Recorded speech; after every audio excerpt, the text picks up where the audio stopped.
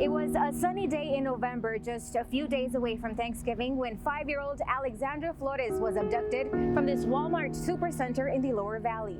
It would be the last time her family ever saw her. That day still haunts them 20 years later.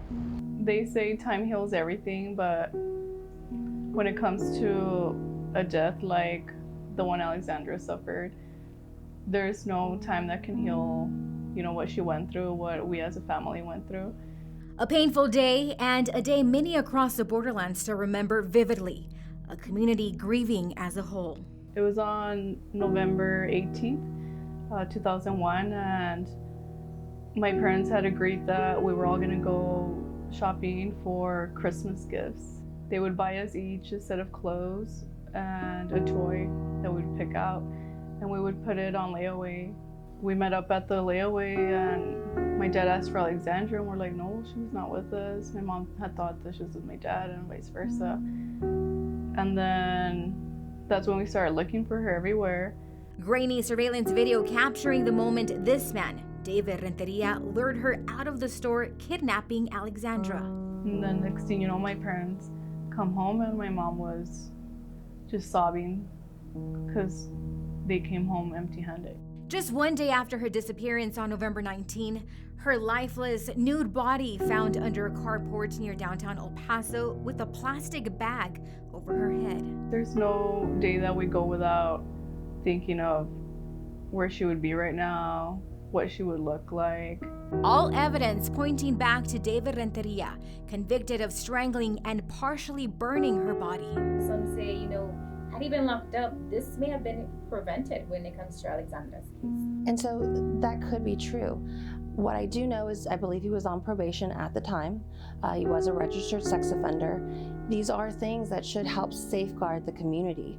Renteria, just one of 7 convicted killers in El Paso County, currently on death row, awaiting his execution for the past 18 years.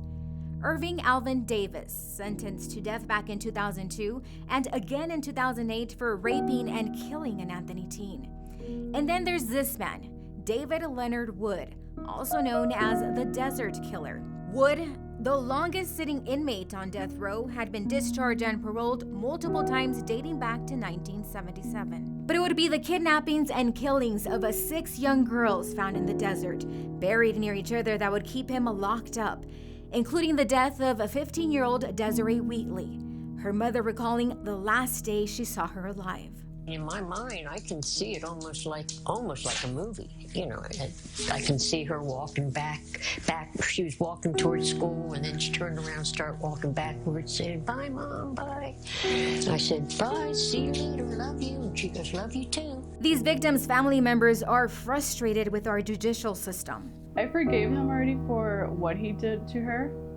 I just feel he shouldn't be alive anymore. The reason that we get a really good look at death penalty cases is because they're so heavily litigated, right? These are cases that will be appealed all the way up the chain as far as they can because life and death hangs in the balance. Moody calling for criminal justice reform, abolishing death row. We don't gain anything by executing somebody. It doesn't need to exist. And for the worst of the worst cases, we know that we can lock these people up for the rest of their natural lives.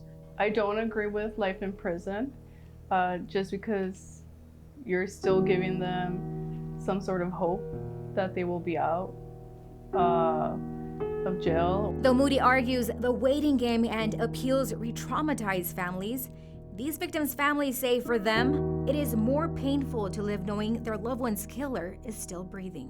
And a lot of people say that the death penalty is, it's like revenge. No, it's justice. I mean, that's part of our justice system. None of these 7 individuals on a death row right now have set execution dates, but there are 2 cases where prosecutors are seeking the death penalty. That's the August 3rd Walmart shooter and Facundo Chavez, accused of killing El Paso County Sheriff Deputy Peter Herrera. For KTSM 9 News, I'm Brenda Medina.